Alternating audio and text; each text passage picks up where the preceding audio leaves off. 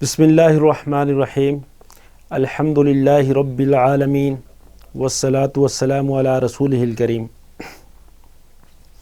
ہماری آج کی گفتگو کا موضوع ہے قرآن مجید کا دلوں پر اثر۔ قرآن مجید ایک معجزہ ہے، اللہ تعالیٰ کا آفاقی پیغام ہے اور اس کی ابدی ہدایت کا سرچشمہ ہے۔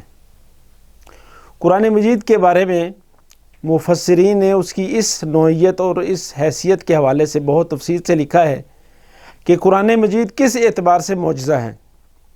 بعض نے لکھا ہے کہ اس کا اسلوب بیان، اس کی فصاحت، اس کی بلاغت، اس کے مضامین کا بلند پایہ ہونا اس کا معجزہ ہے۔ لیکن میری ناقص رائے میں یہ تمام باتیں اپنی جگہ درست ہیں، لیکن قرآن مجید کا سب سے بڑا معجزہ یہ ہے کہ یہ دلوں پر بڑی تیزی سے اثر کرتا ہے۔ قرآن مجید کا میدان انسان کا دل ہے۔ یہ انسان کے دل کو مخاطب کرتا ہے اور اس کو عمل کے لیے تیار کرتا ہے۔ اگر ہم اس دعوے کو تاریخ کی روشنی میں دیکھنا چاہیں تو قرآن مجید سب سے پہلے نبی اکرم صلی اللہ علیہ وسلم کے قلب اطہر پر نازل ہوا، اور آپ صلی اللہ علیہ وسلم نے اس قرآن پر سب سے پہلے عمل کر کے دکھایا۔ کسی پوچھنے والے نے حضرت عائشہ رضی اللہ تعالی عنہا سے پوچھا کہ نبی کریم صلی اللہ علیہ وسلم کا اخلاق کیسا تھا؟ تو حضرت عائشہ رضی اللہ تعالی عنہا نے جواب دیا، کیا تم نے قرآن نہیں پڑھا؟ قرآن میں ہے۔ قرآن کو دیکھنے کے لیے، سمجھنے کے لیے آپ رضی اللہ تعالیٰ عنہ نے فرمایا کان خلقہ القرآن، کہ آپ صلی اللہ علیہ وسلم کا اخلاق سارا کا سارا قرآن تھا۔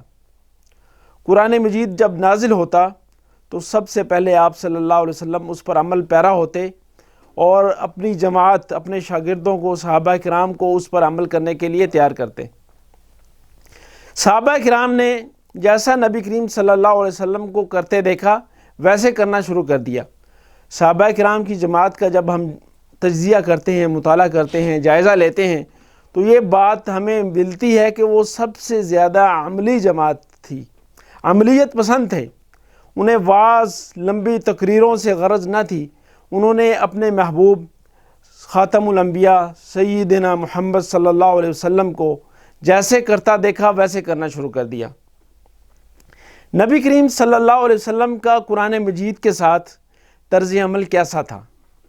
نبی کریم صلی اللہ علیہ وسلم کے بارے میں روایات میں آتا ہے کہ بعض اوقات ایک آیت کو تلاوت کرتے کرتے آپ تہجد سے لے کے فجر تک پوری رات گزار دیتے اور ایک ہی آیت کی تلاوت کرتے رہتے۔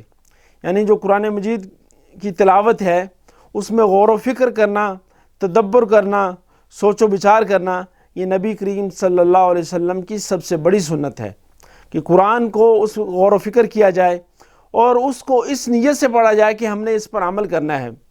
رمضان المبارک میں قرآن مجید کی تلاوت کی طرف رجحان بڑھ جاتا ہے۔ الحمدللہ یہ بہت اچھا اثر ہے، بہت اچھی تبدیلی ہے جو رمضان کے مہینے میں آتی ہے۔ لیکن اس کے ساتھ ساتھ ایک مطالبہ قرآن کا ہم سے یہ بھی ہے کہ ہم اس کو غور و فکر سے پڑھیں، اس کے اندر تدبر کریں، اس کے اندر سوچ و بچار کریں اور اس سے سبق حاصل کریں۔ اصل قرآن کے نزول کا مقصد یہ ہے کہ دلوں کے اندر تبدیلی آئے اور وہ تبدیلی عمل کی شکل میں ڈھل کر پوری دنیا کے اندر انقلاب برپا کر دے۔ یہ تبدیلی اس وقت آئے گی جب ہم قرآن کو سمجھنا، سوچنا اور اس کے اندر غور و فکر کرنا شروع کریں گے۔ قرآن مجید کا ایک تو الفاظ کا سمجھ لینا ہے، الفاظ کا پڑھنا ہے، قرأت کرنا ہے، درست قرأت کرنا ہے، اس کے مخارج سے حروف کی ادائیگی کو یقینی بنانا ہے اور اس کا صوتی جو تاثر ہے اس کو برقرار رکھنا ہے۔ لیکن اس سے کہیں بڑھ کر اس کے جو معانی ہیں اس پہ غور و فکر کرنا ہے۔ جب انسان قرآن مجید کے معانی پر غور و فکر کرتا ہے تو اسے یہ یقین ہو جاتا ہے کہ یہ واقعی علیم و خبیر کا نازل کردہ کلام ہے جس کے اندر کوئی اختلاف نہیں پایا جاتا۔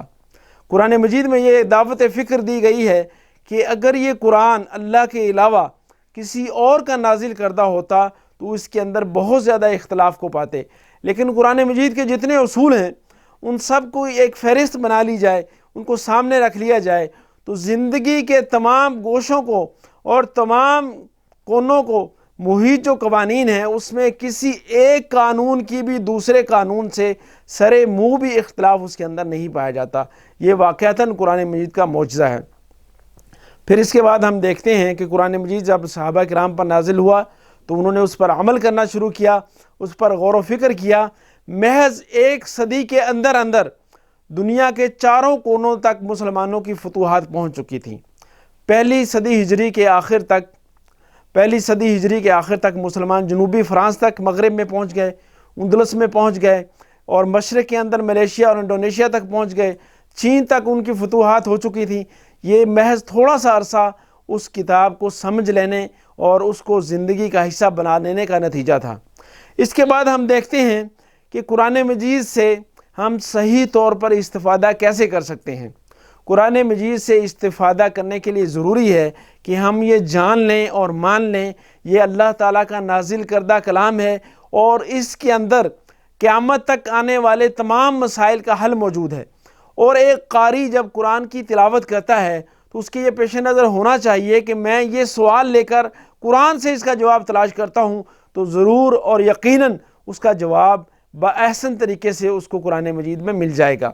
اس کے لیے مشق کی ضرورت ہے کہ انسان کو ابتداءً جو ہے وہ یہ مشق اختیار کرے، اور اس کے کچھ آداب ہیں، کچھ شرائط ہیں جن کا وہ خیال رکھتے ہوئے تلاوت کرے گا تو اس کے مسائل، اس کی مشکلات اور اس کی الجھنوں کا جواب اس کو قرآن مجید کی تلاوت کی صورت میں مل جائے گا۔ پھر ہمارا ہدف جو ہے وہ قرآن مجید کے الفاظ کی تلاوت ہوتا ہے، بلکہ ہمارا اصل ہدف قرآن کے معانی، اس کے مفاہیم ہونا چاہیے، کیونکہ وہیں سے اسباق لے کر ہم نے اپنی زندگی کا فیصلہ کرنا ہے کہ ہم نے کس روش کو اختیار کرنا ہے، اور کون سی روش اور کون سا طرز عمل جو ہے وہ قرآنی روش اور قرآنی طرز عمل ہے۔ قرآنی طرز عمل کو ڈھونڈنا ایک قاری کا، ایک مسلمان کا، ایک پڑھنے والے کا اولین فریضہ ہے۔ ہمارا عام طور پہ رویہ یہ ہوتا ہے کہ اگر کچھ دنوں کے لیے ہم اس روش کو اختیار کریں کہ قرآن سے ہم کیسے سبق حاصل کر سکتے ہیں، کیسے رہنمائی حاصل کر سکتے ہیں، تو چند دنوں تک یا شاید مہینہ 2 مہینہ یہ روش چلتی رہے، پھر اس کے بعد پرانی ڈگر پر ہم لوٹ آتے ہیں کہ تلاوت کی جائے، زیادہ سے زیادہ قرآن مجید کے ختم کیے جائیں اور اس کی برکات کو سمیٹا جائے۔ لیکن قرآن ہم سے کیا چاہتا ہے، قرآن کا ہم سے کیا مطالبہ ہے، قرآن زندگی کے اندر کون سا انقلاب لانا چاہتا ہے، اس کے لیے ہمیں قرآن کے سامنے زانوئے تلمذ کو طے کرنا ہوگا، قرآن کے سامنے شاگرد بن کے ہمیں بیٹھنا ہوگا۔ پھر قرآن ہماری اسی طرح رہنمائی کرے گا جس طرح اس نے صحابہ کرام کی رہنمائی کی تھی۔ اللہ تعالیٰ سے دعا ہے کہ ہمیں قرآن مجید کو پڑھنے، اس پر عمل کرنے اور اسے دوسروں تک پہنچانے کی توفیق عطا فرمائے۔ وما علینا الا البلاغ المبین۔